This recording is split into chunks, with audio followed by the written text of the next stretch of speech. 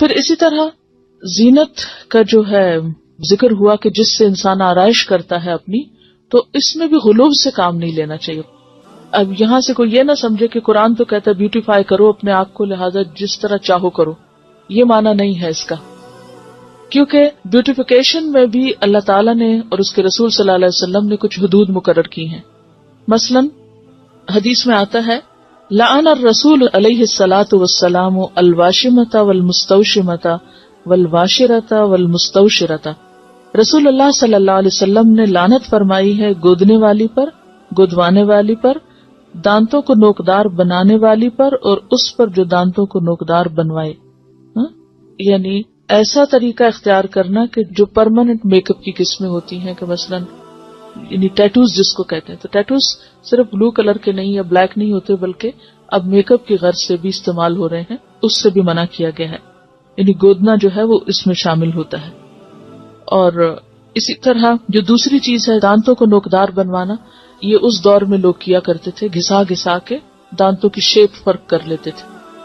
Braces لگانا نہیں مراد، وہ تو اس میں تو ٹریٹمنٹ بھی ہوتی ہے نا، لیکن ایسی بیوٹیفیکیشن کہ جس سے خلق میں تبدیلی ہو جائے.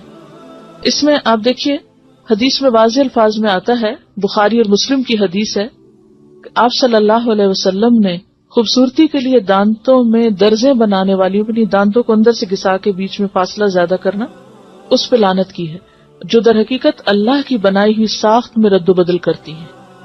یعنی کوئی بھی ایسا میک اپ کہ جس سے پرماننٹ چینج جسم کے اندر ہو خوبصورتی کی خاطر، وہ منع کیا گیا ہے. اس میں آتا ہے لعن اللہ المتفلجات للحسن، کہ حسن کی خاطر دانتوں کے اندر تبدیلی پیدا کرنا. اسی طرح لعن رسول اللہ صلی اللہ علیہ وسلم النامست والمتنمست. آپ صلی اللہ علیہ وسلم نے بال نوچنے والی پر اور اس پر جو کسی سے خدمت لے اس پر بھی لعنت کی ہے. اور اس میں بھی ایک تو وہ بال ہیں جو بیماری کے طور پر ہیں، جیسے چن پر یا لپس وغیرہ پر، تو وہ نہیں. ایک وہ ہے کہ جو آنکھوں کی جو بھویں وغیرہ ہیں ان کو تراشنے کے لیے بنائے جاتے ہیں، وہ شامل ہیں. نہیں ویکسنگ نہیں آتی کیونکہ وہ اذیت کا سبب ہے نا، جو بال اعضاء میں آتے ہیں کہ عورت کو مرد بنا دے، یعنی بازوؤں پر یا چہرے پر ایسے بال کہ جو عورت کو عورت نہیں بلکہ مردوں سے مشابہ کر دیں، ان کو اتارنے کی اجازت ہے. اس سے منع نہیں کیا گیا، بلکہ اس میں آپ دیکھیے کہ طبرانی کی روایت ہے کہ ابو اسحاق کی بیوی جو نوجوان تھی اور خوبصورتی کی شائق تھی، حضرت عائشہ کی خدمت میں حاضر ہوئی اور پوچھا کہ عورت اپنے شوہر کے لیے اپنے رخسار کے بال، رخسار کہتے ہیں نا چیکس کو، صاف کر سکتی ہے؟ حضرت عائشہ نے فرمایا اذیت کو ممکنہ حد تک دور کرو، کیونکہ یہ اذیت کا باعث ہے. یعنی عورت کے منہ پر بال جو ہیں وہ مرد کے لیے اذیت کا باعث ہے. تو یہ کتاب اللباس فتح الباری میں روایت آئی ہے، تو اس کی اجازت ہے.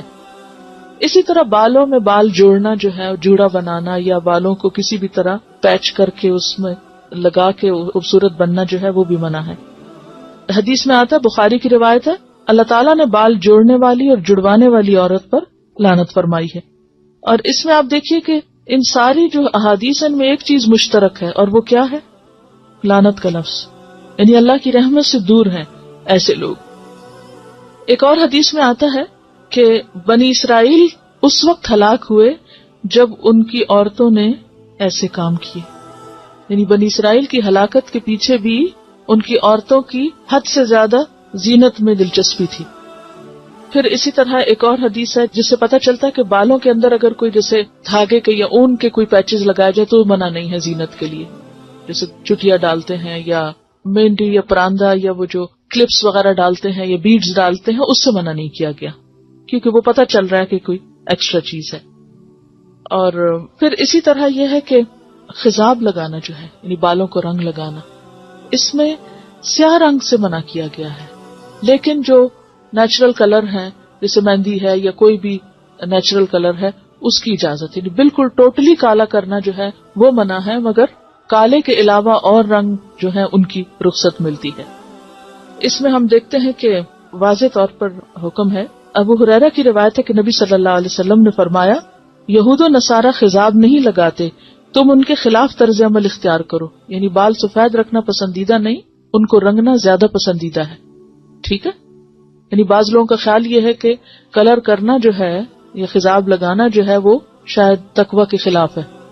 تو اس کے برعکس آپ نے کیا فرمایا کہ یہود و نصارہ اس کو نہیں پسند کرتے کیونکہ ان کے ہاں بزرگی کی علامت کیا ہے کہ اپنے بال وائٹ کر لو، لیکن آپ نے کیا فرمایا کہ نہیں تم رنگو. اور اس میں ہم دیکھتے ہیں کہ حضرت ابوبکر اور حضرت عمر خضاب لگاتے تھے، لیکن بعض صحابہ کو پسند نہیں تھا، جیسے طبعی طور پر جیسے حضرت علی ہیں، ابی بن کعب، حضرت انس، ان کو پسند نہیں تھا. تو یہ نہیں کہا گیا کہ تم ضرور لگاؤ، یعنی تاکید بھی نہیں کی کہ کیوں. اگر کوئی اس لیے نہیں کر رہا، یعنی کسی اور قوم کی مشابہت میں نہیں کر رہا، اپنی ذاتی دلچسپی کی بنا پر اس کو نہیں شوق لگانے کا، تو اس کے لیے رعایت ہے. ایسا بھی نہیں کہ وہ ضرور ہی لگائے، لیکن لگانا جو ہے اس میں ممانعت نہیں. ہاں اب کیا لگایا جائے اور کیا نہ لگایا جائے اس کے اوپر توجہ کرنے کی ضرورت ہے. اور اس میں خاص طور پر جو صحیح مسلم میں روایت آتی ہے کہ بالوں کا رنگ بدل دو لیکن سیاہ خضاب سے پرہیز کرو، بالکل بلیک نہیں لگاؤ. امام زہری فرماتے ہیں جب تک ہمارا چہرہ تر و تازہ تھا ہم سیاہ خضاب استعمال کرتے، لیکن جب سے چہرے اور دانتوں میں تغیر آ گیا ہم نے اس کا استعمال چھوڑ دیا. بالکل بلیک سے کیوں منع کیا گیا؟ کیونکہ یہ بھی ایک طرح سے دھوکہ دینے والی بات ہو جاتی ہے. آپ نے فرمایا بہترین چیز جس سے تم سفید بالوں کا رنگ بدل سکتے ہو وہ حنا اور کتم ہے. کتم جو ہے یہ یمن کی ایک بوٹی ہوتی ہے جس کا ریڈش بلیک کلر ہوتا ہے، سیاہ مائل بسرخ ہوتا ہے. اور حنا کا رنگ تو سب کو معلوم ہے. اور حضرت عمر خالص حنا لگاتے تھے، حضرت ابوبکر حنا اور کتم ملا کے لگاتے تھے.